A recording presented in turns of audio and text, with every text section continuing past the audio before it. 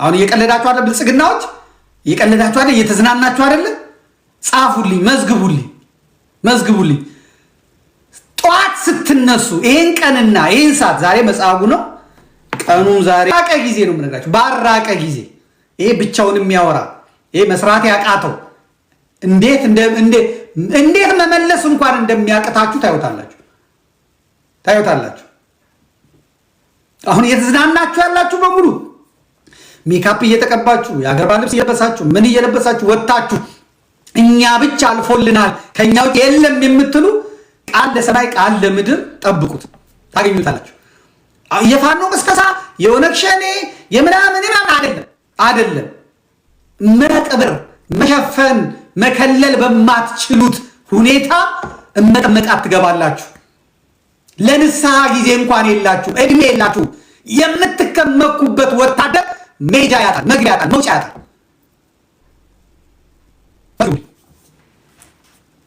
ይሄንን ያለ ሁለተኛ ሰሞኑን በአዲስ አበባ ሐሳብ ሰጥተንበታል። የሙስሊም ወንድሞቻችን የጎዳና ላይ የማፍጠር ስርዓት አድርገው ነበር። እዛ ላይ ኮመንት ሰጥተን እናልፋለን። እስላም ወንድሞቻችንን ኮመንት ሰጥተን እናልፋለን። ቢያንስ ለሃይማኖት አባቶቻችሁ ብትታዘዙ አትዋረዱም ነበር፣ እንደዚህ አታፍሩም ነበር። እልህ ገባችሁ፣ ከኦርቶዶክሱ ጋር ከአማራው ጋር ከወንድሞቻችሁ እልህ ገባችሁ። እልህ ደግሞ መጥፎ ነው፣ ያዋርዳል፣ ብቻ ያስቀራል። ሁሌ ማልቀስ፣ ሁሌ ማዘን፣ ሁልጊዜ መነጫነጭ፣ እንዲሆነን እንዲተደርገን እንዲተፈጥሮ እንዲሆነን አሁን እናሳያችሁ እንደዚህ እናድርግ። በእንደዛ እኮ አይሆንም። ሁሉ ነገር በፍቅር ሲሆን ነው። እምነትም ሲሰበክ በፍቅር በፍቅር ስበኩት።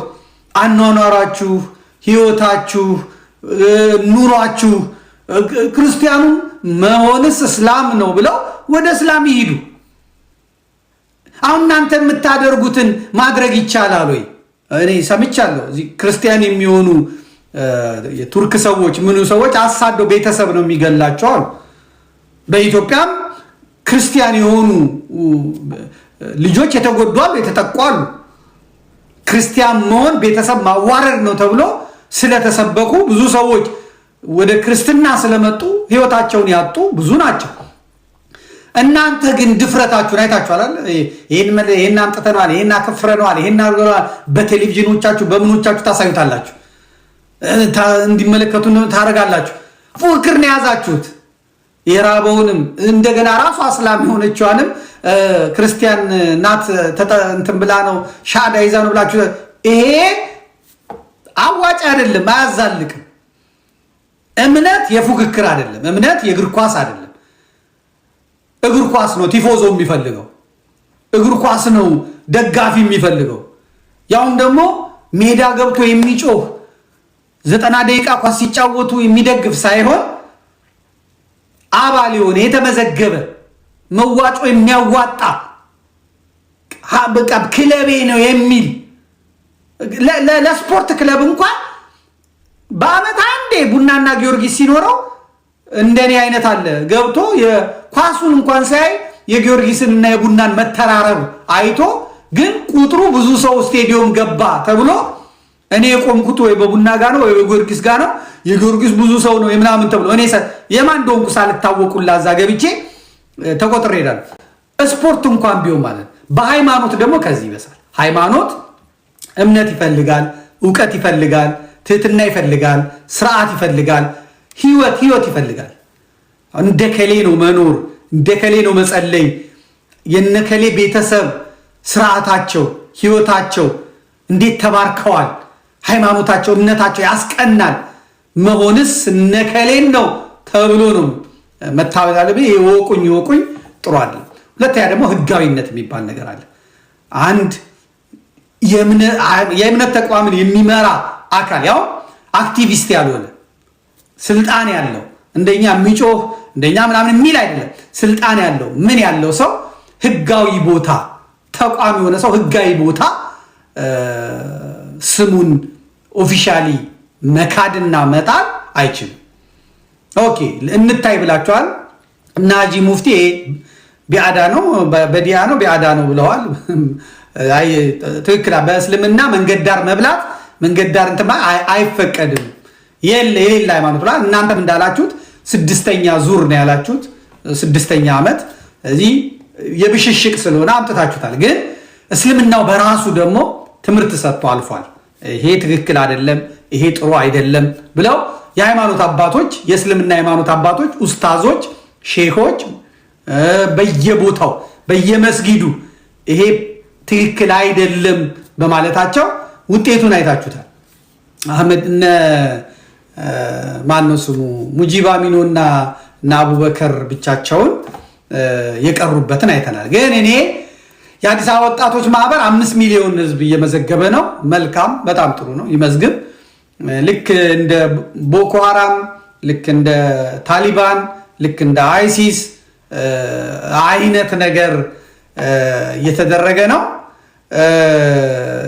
እኔ የአዲስ አበባ ሙስሊም ወጣቶች ማህበር የሚባል አካል ህጋዊ የተመዘገበ ሆኖ ሳለ ህጋዊውን በዓለም ካርታ ላይ በጉግል ላይ እንደገናም ደግሞ የመሰረት ድንጋይም ሲቀመጥ ሲመረቅም ደግሞ ጠቅላይ ሚኒስትሩና አዳነች አቤቤ ሄደው የከፈቱት ወይም ያዩት የመስቀል አደባባይ ነው የሚባለው። መስቀል አደባባይ ሲባል ኑሮ ደርግ ሲመጣ የቤተክርስቲያኒቷን ሀብት፣ የቤተክርስቲያኒቷን ቅርስ፣ የቤተክርስቲያኒቷን ንብረት በሙሉ ወስዶ ባዶ አድርጎ ቦታውንም አብዮት አደባባይ ብሎ ቀይሮታል። የቅድስት ሥላሴ ካቴድራልን መግቢያውን በኮንክሪት ዘግቶታል። አሁን የመንፈሳዊ ኮሌጁን ቦታ ለአዲስ አበባ ዩኒቨርሲቲ ወስዶታል፣ ቀምቶናል። ህንፃዎቻችንን፣ ቤቶቻችንን ርስቶታል፣ ወስዶታል። ነገር ግን የኢህአዴግ መንግስት ሲመጣ ቤተክርስቲያኒቷም የዲሞክራሲ ዘመን ነው፣ ንብረቶቼ ሊመለሱልኝ ይገባሉ ብላ ባመለከተችው ማመልከቻ መሰረት ስሞቹላ ተመልሰዋል ማለት ነው። ስሞቹላ ተመልሰዋል።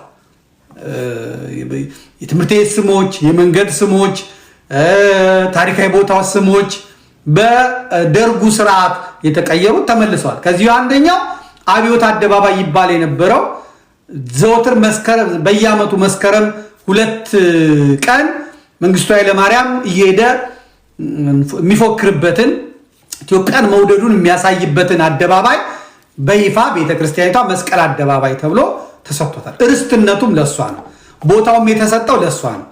ነገር ግን እሷ በዓመት አንዴ ታከብርበታለች፣ ሃይማኖታዊ ስራ ትሰራበታለች።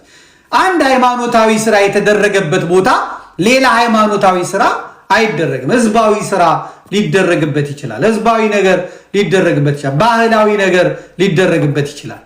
መስቀል በዞረበት፣ ደመራ በተደመረበት፣ ወንጌል በተነበበበት፣ ዕጣን በጤሰበት ጴንጤ መጥቶ ቢዘምር፣ እስላም መጥቶ ቢሰግድ ትክክል አይደለም። ለእምነቱም ትክክል አይደለም።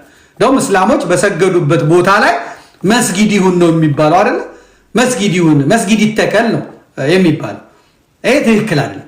ማብሸቅ ነው የያዛችሁት። ህጋዊውን ቦታ በህጋዊ ተቋም ውስጥ ሆናችሁ ማድረጋችሁ ትክክል አይደለም። እንያቸው የአዲስ አበባ ወጣቶች የሚባለው አቡበከር፣ ሌሎቹም ያደረጉትን እንመልከት። ከዛ ደግሞ የኢትዮጵያ ቴሌቪዥንም መስቀል አደባባይ ሲል ቆይቶ ከዚያ በኋላ ጫና ሲፈጠርበት መስቀል አደባባይ የሚለውን ትቶ አደባባይ እያለ መንገድ ጀመረ። እጃቸው ረዝሞ ቴሌቪዥኑ ውስጥ ስለገባ እንመልከተው። አምጣልኝ ቴክኒሽያን፣ የቅድሞቹን አምጣልኝ። የአዲስ አበባ ወጣቶች ነው ያለው። የአዲስ አበባ ሙስሊም ወጣቶች ነገ ወደ ኢድ አደባባይ፣ ቶሎ አትውሰድብኝ፣ ነገ ወደ ኢድ አደባባይ እንሄዳለን አለ። ኢድ አደባባይ የሚለውን ያመጣው ሙጂብ አሚኖ ነው። ይሄ ሙጂብ አሚኖ ማለት ይሄ ነው። ይሄ የስርዓቱ አጀንዳ ማስቀየሻ፣ የስርዓቱ ነገር መተንኮሻ፣ የስርዓቱ በአንገቱ ሰንሰለት ታስሮ ሌሎቹን እንዲነክስ፣ ሌሎቹን እንዲጮህ የተፈቀደለት ወንድማችን ነው። ሙጂብ አሚኖ እንዲያበሽቅ፣ ኦርቶዶክሱን እንዲያበሽቅ፣ ሙስሊም ኦሮሞ አይነካም፣ ጴንጤ አይነካም፣ አማራ የሆነ ትግሬም አይነካም። አሁን ብዙ ትግሬም ውስጥ አይገባም። አማራ የሆነ ብቻ እና ኦርቶዶክስ የሆነ ብቻ እንዲያበሽቅ ህጋዊ ፍቃድ የተሰጠው በህዝቦች መካከል መተራመስ እንዲፈጠር ሽጉጥ አጃቢ የተሰጠው ወንድማችን ነው። እድለኛ ነው። በዚህ ዘመን እንደዚህ የሆኑ ብዙ ነበሩ። እነ ዳንኤል እናውቃቸዋለን፣ እነ ዳንኤል ብርሃነ፣ እነ ሌሎቹም በዘመነ ህወሓት እንደዚህ የፈላባቸው ነበሩ። መንግስት ጥበቃ የሚያደርግላቸው ከመንግስት በላይ መንግስት የሆኑ ጊዜ ያልፋል፣ ዘመን ያልፋል። ሁሌ እንደዚህ እንደሆኑ አይቀርም። ስለዚህ እሱ የፈጠረው ነው። ኢድ አደባባይ መስቀል አደባባይ ነው የሚለው። በኢድ አደባባይ ነጃሺ ለሀገር በሚል መሪ ቃል ከተቸገሩ ወገኖች ጋር በጋራ እናፈጥራለን ኢንሻአላህ ይላል። ሙጂቤ ማለት ነው። ኢድ አደባባይ ነው የሚለው። ይሄው የአዲስ አበባ ሙስሊም ወጣቶች ቅድም ኢድ አደባባይ ያለና ኢድ አደባባይ ብቻ አትበሉ ደግሞ መስቀል አደባባይ ብላችሁ አብሽቋቸው ስለተባለ ነገ ከ7 ሰዓት ጀምሮ በአብዮት አደባባይ እንሰበሰባለን። በጋራ አፍጥረን በጋራ የነጃሺ ለሀገር ሜጋ ፕሮጀክት እናስጀምራለን ብሎ ነው ጥሪ ያቀረቡትና ያደረጉት። ይሄን ብቻ አይደለም፣ ሌሎቹም ፖስቶቹ ላይ ቶሎ አድርግልኝ ወንድም አለ። የአዲስ አበባ ሙስሊም ወጣቶች ማህበር ነው እዚሁ ጋር መጣና ከኢቲቪ ወሰደ ማለት ነው። ከኢቢሲ ወሰደና ጻፈ። የአዲስ አበባ ሙስሊም ወጣቶች ምን ብሎ ጻፈ? ቅድም መስቀል እንትን ብሏል፣ ኢድ አደባባይ ብሏል። ቀጥሎ ደግሞ አብዮት አደባባይ ብሏል። አሁን ደግሞ ምን አለ? ከዛ የወሰደውን እንዳለ መንግስትም እየደገፈን ነው ለማለት አመጣውና ግን መቀየር አልቻለም። መንግስት ግን ስርዓቱን ስለሚያውቅ ደግሞ ፕሮፌሽናል መሆን ስላለበት በነገው ዕለት በአዲስ አበባ መስቀል አደባባይ የሚከናከነው የኢድ አልፈጥር መርሃ ግብር ምክንያት በማድረግ የተወሰኑ መንገዶች ለተሽከርካሪ ዝግ እንደሚደረጉ የአዲስ አበባ ፖሊስ ጠቅላይ መምሪያ አስታውቋል ይላል። በመስቀል አደባባይ ከመገናኛ ወደ መስቀል አደባባይ የሚወስደው ከኡራኤል ቤተክርስቲያን ከወሎ ሰፈር ወደ መስቀል አደባባይ የሚወስደው መስቀል አደባባይ እያለ ይላል። እንግዲህ ፖልም አለ እንደምታውቁት እዛ አካባቢ አቅጣጫ የሚጠቁም አለ። መስቀል አደባባይ ነው የሚለው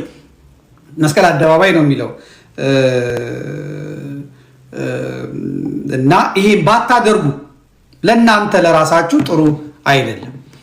እኔ እንዳሰባችሁት ሰው አልወጣላችሁ። የተሳበችም ካርድ ነበረች፣ እሷም ከሽፋለች። ግን ያ እንትን ብሏል ማለት ነው። እንግዲህ ዋናው ነገር የመጣው ያ የኦርቶዶክሱ መስቀል አደባባይ ላይ ያው ይመጣና ይሞላዋል። አደባባዩ ሞልቶት ያውም እየተከለከለ ያውም ፍተሻ እያደነዘዘው ያውም ምን በስቃይ ነው መስቀል አደባባይ የሚደረሰው። መስቀል አደባባይ የአራት ደብር ሰንበት ተማሪዎች ብቻ የሚሞሉት መስቀል አደባባይ ከላይ ሩፋኤል ሳይጨመር፣ ከላይ ጊዮርጊስ አራዳ ሳይጨመር፣ ከላይ ቀጨኔ ሳይጨመር፣ ቁስቋም ሳይጨመር፣ ግቢ ገብርኤል ምናምን ሳይጨመር ብቻ የኡራኤል ማነው ስሙ ቂርቆስ የመሳሰሉት የአራት ደብር እንኳን ቢመጣ የሚሞላው ኦርቶዶክስን በማሳነስ በካሜራ በማሳነስ ጫና በማብዛት ስቃይ በማብዛት ትንሽ ናት የለችም ጠፍታለች ማስባል አይቻልም። ቢያንስ ፕሮቴስታንቶቹም ከያለበት ቸርቻቸው ተጠቃቅሰው መጥተው ግማሽም ቢሆን ለመሙላት ሞክረው ነበር። ቢያንስ ሄኖክ ኃይሌ እንኳን በጠራው ኮንሰርት ላይ ቦታ ጠፍቶ ተመልሷል። ያው ፕሮቴስታንቶቹም ምኖቹም ለገጽታ ግንባታ ለፓርላማ ሪፖርት ይፈለግ ስለነበረ ፈቃድ ተሰጥቶ ሞልቷል።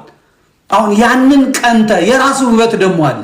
የኢድ በዓለት ሙስሊሞች በሙሉ ክትት ብሎ መጥተው ከአዲስ አበባ ጫፍ እስከ ጫፍ መጥተው ስቴዲየሙ ሞልቶ አደባባዩ ሞልቶ አስፓልቱ ሞልቶ ዛሬ ኢድ ነው ዛሬ በዓላቸው ነው ተብሎ ህዝብ የሚደመምበት አለ። የራስ ስርዓት የራስ ባህል ክርስቲያኑ ሁላ ደስ ብሎት እንኳን አደረሳችሁ እንኳን ለዚህ ቀን በቃችሁ ተብሎ የሚባልበት ይሄ ወሃቢያዊ አስተሳሰብ ይሄ ሌላውን ማብሸቅ ሃይማኖት በዚህ አይገለጥም። ደግሞ አቡበከርን ነው በጣም ያዘንኩበት ከነ የኔታ እሸቱ ጋር ከነ ዳንኤል ክብረት ጋር ከኦርቶዶክሳውያን አባቶች ጋር ተናጋሪ ሃይማኖት አባት ተብሎ ተጠርቶ መጥቶ ስለ መቻቻል፣ ስለ ህብረት፣ ስለ አንድነት አንዱ አንዱን ማክበር ምናምን ሲያወራ በጣም ይገርማል። በጣም በቃ እንደሱ እንደ አቡኪ ነው መኖር ይባላል። እሱ እንኳን ወርዶ መስቀል አደባባይ የሚባሉ ኦፊሻል ጥሪ አብዮት አደባባይ አለው። በጣም በሚያሳፍር መልኩ ማለት ነው። ይሄ መቅለል ነው። ይሄ መውረድ ነው። ግን ክብር ለኢትዮጵያ እስልምና አባቶች። ይሄ ትንኮሳ፣ ይሄ ነውር ነው። በሃይማኖታችንም ትክክል አይደለም። አሁን የስልጤና የኦሮሞ እስላሞች በሚያደርጉት ሁኔታ አንገባም ብለው ይሄን በማድረጋቸውና ይሄን በመፍጠራቸው ህዝቡ ባለመውጣቱ እጅግ አድርጌ አመሰግናቸዋለሁ። በእውነት የበዓላቸው ዕለት ደግሞ አንድ ሰው ሳይቀር ያውም ደግሞ ከነ ልብሳቸው ነጭ ለብሰው ነጭ ቀሚሱን ጀለብያ ለብሰው ምንጣፋቸውን ይዘው ከያሉበት ተመው የኢዳቸው ዕለት የሚያከብሩት ነው። ይሄኛው ግን አጉል መላላጥ ነው፣ አያምርም። እናና በዚህ ብትሉት፣ በካሜራ ብትሉት፣ በዙም ብትሉት፣ በድሮን ብትሉት፣ በምን ብትሉት የት ይምጣ? እዛ ጋር እስቲ በተንተን በሉ ቢባል ከየት ይምጣ? አይቻልማ። ራሱ እስላሙ ስላላመነበት ማለት ነው። እና ለወደፊቱ ለሌላው ጊዜ እስቲ ደግሞ እስኪመሽ ጠብቁ ተባለ። በሃይማኖቱም አይፈቅድም። በዛን ሰዓት ሴቶቹ ቤታቸው ባላቸውን ማገዝ አለባቸው። ቀን ሙሉ ሲጾም ይዋሉ ናቸው ለማፍጠር። እዛ ስፖንሰር ከሳውዲ አረቢያ ከምናምን የተገኘ ስፖንሰር ያችን ገንዘብ ለመለቃቀም በእስልምና ስም በምዕመናኑ ስም መነገድ እንዴት ይበላላል? በእግዚአብሔር እጅ የተያዝክን አሁን ነው ታመ ሄዳንከው። መበሻሸቅ ምን ይሰራል? መውደቅ ነው። ሌላ የሚመጣ ነገር የለም። የኢትዮጵያ ቤተክርስቲያን ግን በዝምታ በትዕግስት ለፈጣሪዋ እየሰጠች ይሄ እንደ ፍርሃት ነው የሚጠበቀው። ይኸው ታፔላው የሚለው መስቀል አደባባይ ነው፣ ወደ ቴዎድሮስ አደባባይ ነው የሚለው። ነገር ግን እነ ሙጂብ አሚኖ መንግስታዊ ጥበቃ ስላላቸው፣ በነገራችን ላይ ሙጂብ አሚኖ ሙፈሪያት ካሚል ጥበቃ አለው። ከደህንነት ሚኒስትሩ ስልጤ ነው፣ አሁን ደህንነት ሚኒስትር ሆኗል። ጥበቃ አለው። እንደፈለገ መሆን ይችላል አሁን። ምክንያቱም አምባሳደር ሬድዋን ሁሴን ጠባቂው ነው፣ አብይ አህመድ እንዲተነኩስ ማድረጊያው ነው። ፕሮቴስታንቶቹም ኦርቶዶክስን ለማብሸቅ እንደ ሙጂብ አሚኖ አይነቱን ነው የሚጠቀሙት። ይሄ ግን ቀን ያልፋል። ሙጂብ ቀን ያልፋል፣ እመነኝ ቀን ያልፋል።